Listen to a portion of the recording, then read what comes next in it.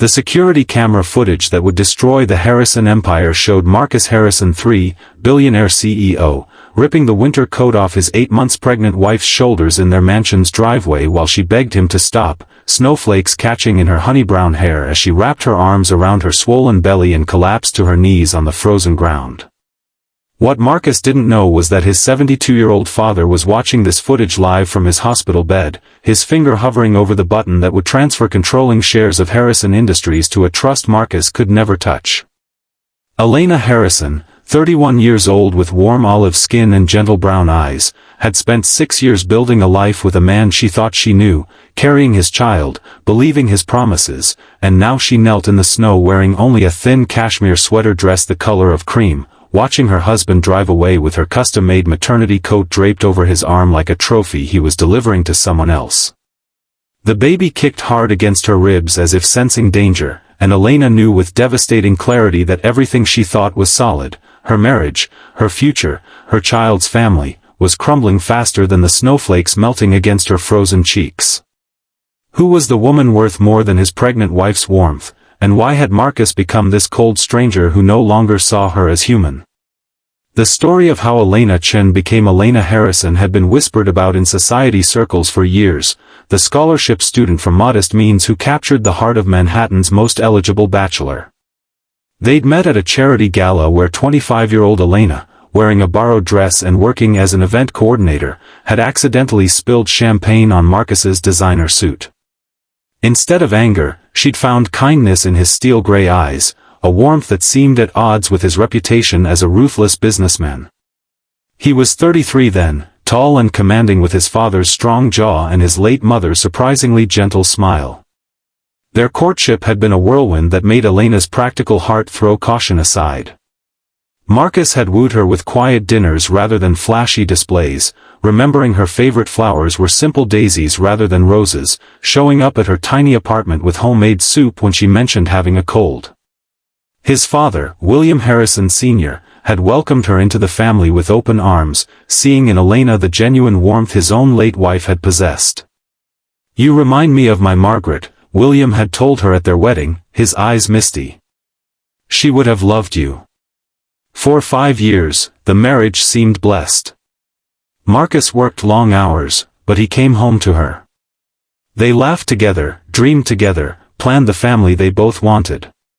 When Elena finally became pregnant after 2 years of trying, Marcus had wept with joy, pressing his lips to her still flat belly and promising their child the world.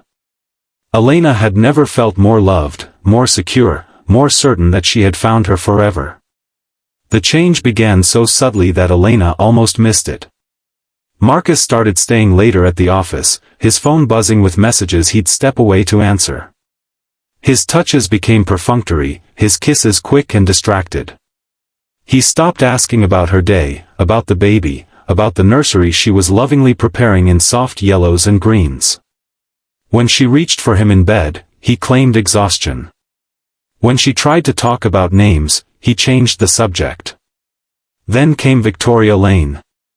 34 years old, striking, with sharp features and an ambition that matched Marcus's own, Victoria had joined Harrison Industries as Chief Marketing Officer 6 months ago.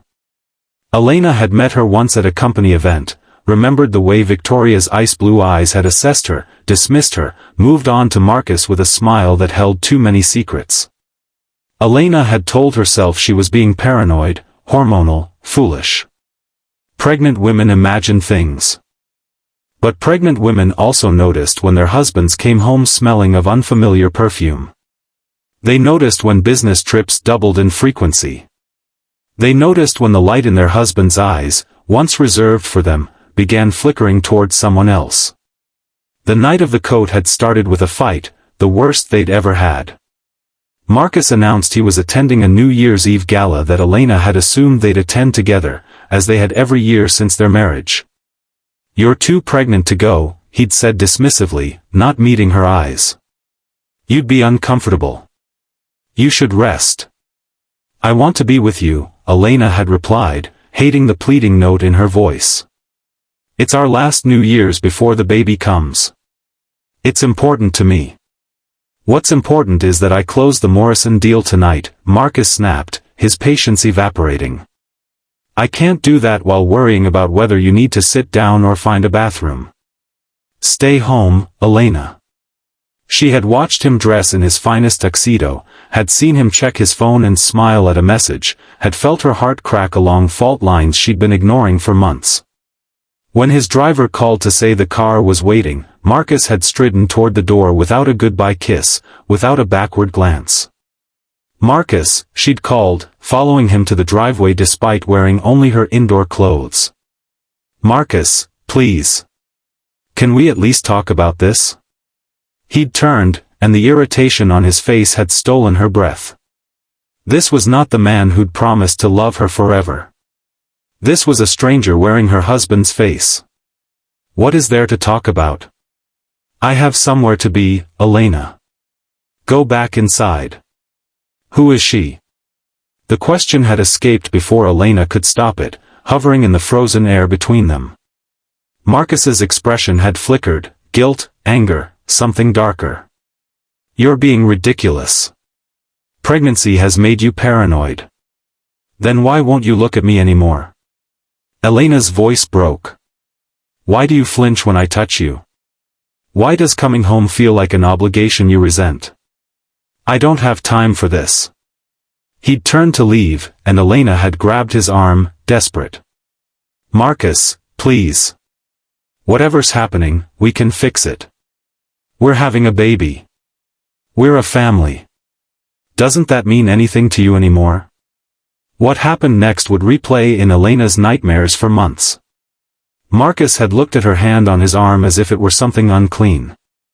Then his eyes had fallen on her coat, the beautiful emerald green maternity coat his father had commissioned for her from a designer in Paris, lined with the softest wool, fitted perfectly to accommodate her growing belly while keeping her warm in the brutal New York winter. "Give me your coat," Marcus had said. Elena blinked. "What?" "The coat. Take it off." "Marcus, it's 20 degrees outside. I'm pregnant. I'll freeze. You're going back inside anyway." His voice was cold, logical, terrifying in its indifference. "Victoria forgot her coat at the office, and she'll need one for the gala. This will fit her." The world had stopped. Elena felt the ground tilt beneath her feet. "Victoria," she whispered. "You're giving my coat, the coat your father gave me, to Victoria Lane. Stop being dramatic. It's just a coat. I'll buy you another one." "It's not just a coat." Elena's voice rose, tears freezing on her cheeks. "It's the coat your mother would have given me if she'd lived. Your father told me so. He said Margaret always gave coats to the women she loved because she believed warmth was the greatest gift. This coat means I'm family, Marcus. And you want to give it to your—" She couldn't say the word. Marcus's jaw tightened. For a moment, just a moment, something human flickered in his eyes. Then it was gone.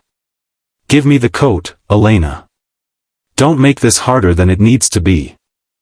When she didn't move, when she stood there frozen not by cold but by heartbreak, Marcus had stepped forward and physically removed the coat from her shoulders.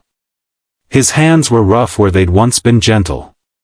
He didn't look at her face, didn't see the devastation there, didn't seem to care that his pregnant wife was now shivering in the snow in nothing but thin cashmere. "Go inside," he'd said, walking toward the waiting car with her coat draped over his arm. "We'll talk tomorrow." But Elena couldn't move. Her legs wouldn't obey. The cold seeped through her clothes, into her bones, into her heart. She watched the taillights of the car disappear down the long driveway, and something inside her simply broke. She didn't feel herself falling. One moment she was standing, the next she was on her knees in the snow, her hands pressed against her belly as if she could shield her child from the cold, from the truth, from the future that was collapsing around them. The baby moved frantically, distressed by the dropping temperature, and Elena tried to get up, tried to find the strength to save them both, but her body had given up where her spirit had already surrendered. "Mrs. Harrison." The voice came from far away. "Mrs. Harrison, can you hear me?" Elena looked up through a haze of snowflakes and tears to see Roberto, the elderly groundskeeper, running toward her with a blanket. Behind him, his wife Maria was already calling an ambulance. What Elena didn't know was that the mansion's security system had recently been upgraded with cameras that fed directly to a monitoring station, and that William Harrison Sr., recovering from a minor heart procedure at Mount Sinai Hospital, had been checking those cameras throughout the evening, worried about his pregnant daughter-in-law being alone on New Year's Eve. He had watched his son take Elena's coat. He had watched Elena collapse. And he had watched with the cold clarity of a man who had built an empire from nothing, making the most important decision of his 72 years. At the hospital, Elena drifted in and out of consciousness. The doctors spoke in urgent whispers: hypothermia, stress, preterm labor risk.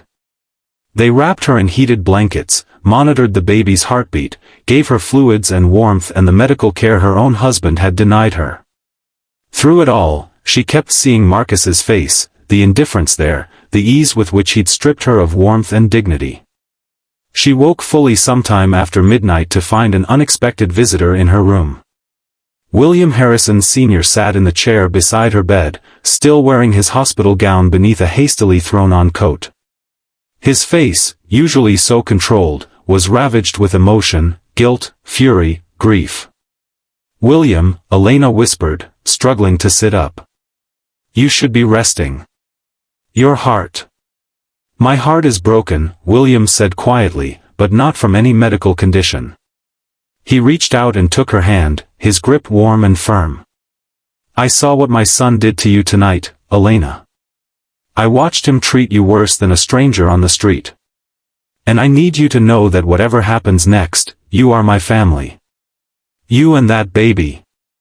Nothing will ever change that." Elena's eyes filled with tears. "He's your son. He was my son." William's voice hardened. "The boy I raised would never have done what I saw tonight. That man in the driveway, that creature who could take warmth from his pregnant wife to give to his mistress, I don't know who that is, but he is not a Harrison. Not anymore." Before Elena could respond, the door opened and Marcus strode in, still in his tuxedo, his expression a mixture of annoyance and concern that didn't reach his eyes. Behind him, hovering in the doorway, stood Victoria Lane, wearing Elena's emerald coat. "Father, what are you doing out of bed?" Marcus demanded. "The nurses are looking everywhere for you." William stood slowly, decades of authority in every inch of his bearing. "I am exactly where I need to be, Marcus. The question is, what are you doing here? Shouldn't you be enjoying the new year with your friend?" Marcus's eyes darted to Victoria, then back to his father. "I heard Elena was hospitalized. I came to check on her." "How generous of you, considering you're the reason she's here." William's voice could have frozen the room more thoroughly than the winter outside. "I saw the security footage, Marcus. Every moment of it." The color drained from Marcus's face. "Father, let me explain." "There is no explanation." William's voice rose, something Elena had never heard from the perpetually calm patriarch. "I watched you strip the coat from your pregnant wife's body. I watched you leave her in the snow. I watched her collapse, Marcus. She could have died. My grandchild could have died. And for what? To keep your mistress warm? She's not Marcus started. "Do not insult my intelligence." William pointed at Victoria, who was slowly backing toward the door. "She's wearing my daughter-in-law's coat. The coat I had made for Elena because she reminds me of your mother, because she is the daughter Margaret and I never had. And you gave it to that woman like Elena was nothing. Like our family was nothing." Victoria had disappeared by now, sensing that this was a battle she wanted no part of. Marcus stood alone, facing his father's wrath and his wife's silent devastation. "Father, you don't understand the pressure I've been under," Marcus tried. "The Morrison deal, the board, the company. I built that company." William thundered. "I know every pressure it creates. Your mother stood beside me through bankruptcies and hostile takeovers and recessions that nearly destroyed us. And never once, Marcus, did I forget that she was my partner, my love, the mother of my child. Never once did I treat her as less important than a business deal or another woman. He turned to Elena, his expression softening with paternal love. I'm so sorry, my dear. I failed you. I raised this man, and somewhere along the way, I failed to teach him the most important lesson, that love is not a weakness to be exploited. It's the only strength that matters. William reached into his coat pocket and pulled out an envelope. This is for you, Elena. My lawyers prepared it tonight, at my instruction. Inside, you'll find documents transferring 40% of Harrison Industries shares, my controlling stake, into a trust for you and the baby.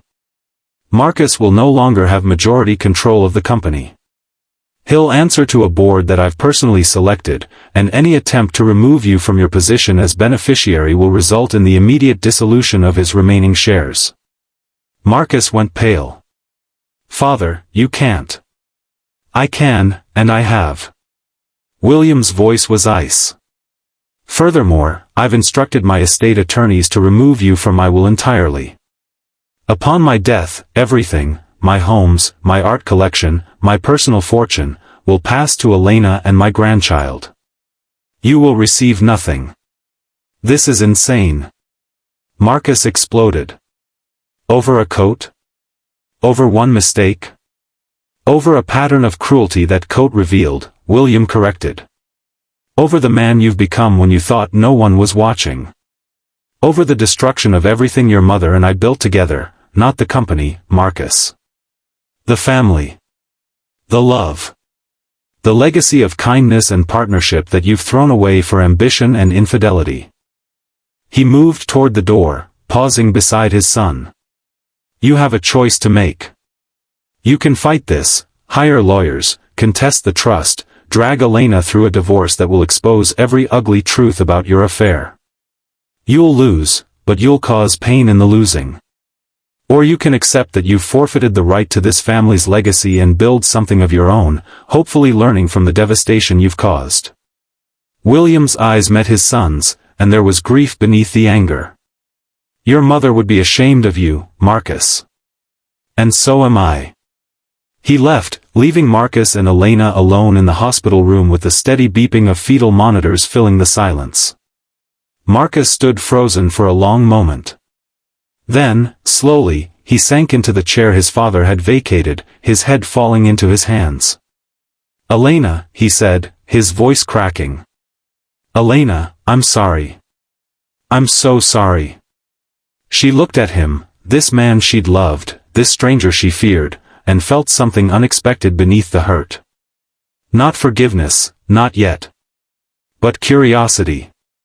Why, Marcus? I need to understand why. Was I not enough? Did I do something wrong? Did you ever love me at all? I loved you, he whispered. God help me, I still love you. That's what makes this so, he broke off, struggling. Then why? The story that emerged was more complicated than Elena had expected, though no less painful. Marcus spoke of the pressure he'd felt since taking over the company, the fear of failing his father's legacy, the imposter syndrome that plagued him despite his successes, the growing conviction that he was never quite good enough. Victoria had appeared at his lowest moment, after a board meeting where he'd been criticized harshly. She'd offered sympathy, understanding, admiration, all the things he'd been too proud to seek from his wife. I convinced myself you saw me differently, Marcus said, not meeting Elena's eyes. That you saw the man my father expected me to be, not the man I actually was. Victoria didn't have those expectations. She let me be weak. I would have let you be weak, Elena said quietly. If you'd trusted me. If you'd talked to me instead of turning to someone else. I know. I know that now. Marcus looked up, and Elena saw something she hadn't seen in months, genuine emotion, genuine remorse. I've been so lost, Elena. So afraid of not being enough that I destroyed everything that actually mattered. And tonight, when Victoria wanted to go to the gala, when she mentioned being cold, I wasn't thinking about you. I wasn't thinking about the baby. I was thinking about keeping her happy, keeping that escape intact, and you were just an obstacle. The words should have hurt more. Perhaps Elena was too numb, too exhausted, too focused on the life growing inside her to fully absorb another blow. You treated me like I wasn't human, she said. Like I was furniture. Something in your way. I know. You could have killed our child. The doctor said if Roberto hadn't found me when he did, she couldn't finish. Marcus made a sound like a wounded animal. I know. I know, and I will never forgive myself. I don't expect you to forgive me either. But Elena, please give me a chance to make this right. Not for us, maybe that's too broken. But for the baby. For the family we were supposed to be. Elena was quiet for a long moment, one hand resting on her belly where their child, their miracle, continued to fight for life despite everything. Your father just disinherited you, she finally said. He gave me everything. Were you aware that would happen? No. Marcus laughed bitterly. No, I had no idea he was watching. I had no idea any of this would happen. I thought I could compartmentalize forever, keep you and the baby in one box, keep Victoria in another, keep pretending I was in control of everything. He shook his head. I was a fool. I am a fool. Yes, Elena agreed. You are. They sat in silence as the monitors beeped and the snow continued to fall outside the window. Elena thought about forgiveness, about second chances, about the child who would be born into this complicated mess of love and betrayal and family politics. She thought about William's face when he'd handed her those documents, the determination there, the love. She thought about her own parents, gone now, who had taught her that family was worth fighting for but not worth dying for. I'm not going to divorce you, she finally said. Marcus's head snapped up. What? Not yet. Elena's voice was calm, measured. Not because I forgive you, I don't. I may never forgive you for tonight. But I'm going to have your child in a few weeks, and that child deserves to know their father at least tried to become a better man. So here's what's going to happen. She held up one finger. Victoria Lane will be gone from Harrison Industries by morning. I don't care how you explain it to the board, that's your problem. She will never contact you again, never be alone with you again, and if I ever see her wearing my coat, I will have her arrested for theft. A second finger. You will move into the guest house on the property. You will not share my bedroom, my bathroom, or my private space until I decide I can trust you again. That may take months. It may take years. It may never happen. A third finger. You will attend therapy, individual therapy for whatever drove you to this, and couples therapy with me if I decide our marriage is worth saving. You will do the work, Marcus. Real work. Uncomfortable, painful, honest work. A fourth finger. You will spend the next 2 months proving to me that you can be a father. You will be at every doctor's appointment, every childbirth class, every moment of this pregnancy that remains. You will hold my hand when I'm in labor, and you will be the first person besides me to hold our child. And if you ever, make me feel as cold as I felt tonight, I will take our baby and that 40% share your father gave me, and I will disappear so completely you'll never find us. Marcus nodded slowly, tears streaming down his face. I understand. I don't think you do. Not yet. Elena's voice softened slightly. But maybe, if you try hard enough, you will. And maybe, if you become the man your father and I both believed you could be, we'll find our way back to something worth saving. She reached out and touched his hand, the first voluntary contact she'd initiated in months. Your father loves you, Marcus. That's why this hurts him so much. And somewhere beneath all this fear and selfishness and stupidity, I believe the man I married is still in there. Find him. Bring him back. Not for me, not for your father, but for the child who's going to need a father worth looking up to. 6 weeks later, Elena went into labor on a cold February morning. True to his word, Marcus was there, had been there every day since that night in the hospital, living in the guest house, attending therapy twice a week, slowly dismantling the walls he'd built between himself and everyone who loved him. Victoria had resigned and relocated to London. The board had been restructured under William's guidance, with Marcus in a reduced but still significant role. The delivery was long and difficult, complicated by the stress Elena's body had endured throughout the pregnancy. Marcus held her hand through 18 hours of contractions, fetching ice chips and adjusting pillows and never once complaining about his cramped muscles or tired eyes. When she screamed, he absorbed it. When she cried, he cried with her. When she told him she hated him, he simply said, "I know. I'm here anyway."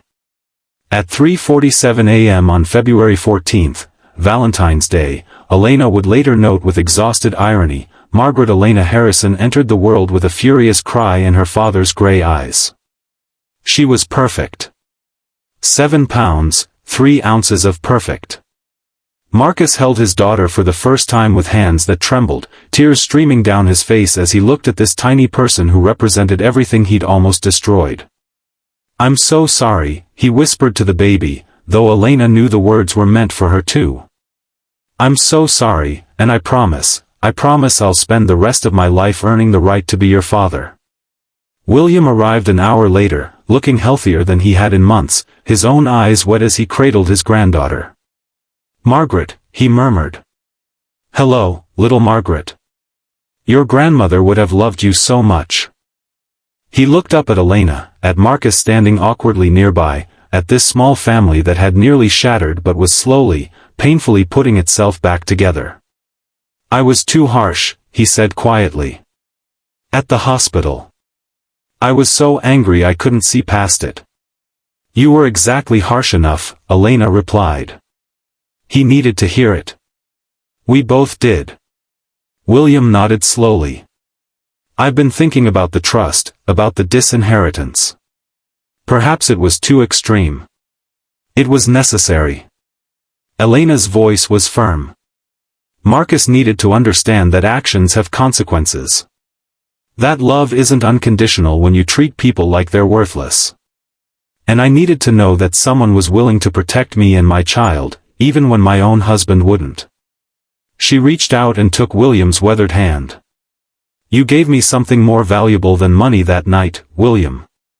You gave me my self-respect back.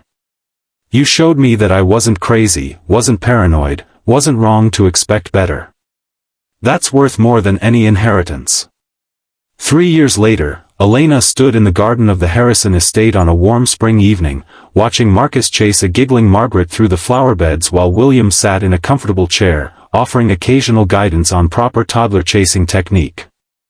The little girl's laughter echoed across the grounds, mixing with birdsong and the distant splash of the fountain. It hadn't been an easy 3 years. There had been setbacks, arguments, moments when Elena had nearly walked away. The trust between them was still fragile in places, still being rebuilt brick by brick. But it was being rebuilt, and that mattered more than she'd expected it to. Marcus caught Margaret and swung her into the air, his face transformed by the pure joy of fatherhood. He was a different man now, softer, more present, more willing to admit weakness and ask for help. The therapy had revealed decades of insecurity and pressure that he'd never processed, fear of failure so profound it had nearly made his worst fears come true. Understanding hadn't excused his behavior, but it had explained it enough for Elena to find a path toward forgiveness. They'd renewed their vows 6 months ago, in a small ceremony with only family present. William had walked Elena down the aisle for the second time, and this time, when Marcus promised to love and cherish her, Elena believed him. Not with the naive certainty of their first wedding, but with the hard-won faith that comes from seeing someone fight through their darkest impulses to become someone better. The emerald coat hung in Elena's closet still, a reminder of the worst night of her life and the unexpected gift it had brought, the knowledge that she was strong enough to survive anything, that she was worthy of protection and love, that she could rebuild even what seemed irreparably broken. Sometimes Marcus would see her looking at it, and his face would fall with remembered shame. "I could have it destroyed," he'd offered once. "If seeing it hurts you." "It doesn't hurt anymore," Elena had replied, running her fingers over the soft wool. "It reminds me of who I was before, who we both became at our worst, and who we've managed to become since. It reminds me that warmth can be taken, but it can also be rebuilt. It reminds me that your mother's legacy wasn't about coats at all, it was about the love behind them. And we have that now. Finally, we have that."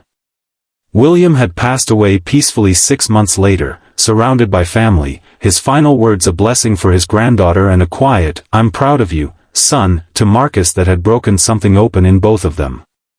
The funeral had been a celebration of a life well lived, a legacy of love that had survived even betrayal to emerge stronger on the other side. Now, watching her husband and daughter play in the garden that William had loved, Elena felt something she'd almost forgotten existed: peace. Pure, uncomplicated peace. Margaret ran to her, arms outstretched, and Elena scooped her up, breathing in the sweet scent of her daughter's hair. "Mama, Daddy says we can get ice cream if you say yes." "Did he now?" Elena looked over at Marcus, who was wearing his most charming smile, the one that had made her fall in love with him so many years ago. "I might have mentioned it," he admitted, walking over to wrap his arms around both of them. "But only if you approve." "I approve," Elena said softly, leaning into his embrace. "I approve of all of it." Because in the end, the story wasn't about a coat or a betrayal or even a disinheritance.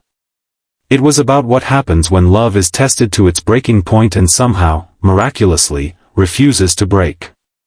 It was about second chances earned rather than given, about the slow, painful work of rebuilding trust, about choosing each other even when choosing to walk away would have been easier. It was about warmth, not the kind that comes from expensive coats or heated mansions, but the kind that comes from knowing you are loved fiercely, protected completely, and valued beyond measure. If this story touched your heart and reminded you that redemption is possible even after the deepest betrayals, please consider hitting the like button and subscribing for more powerful stories about love, family, and the resilience of the human spirit.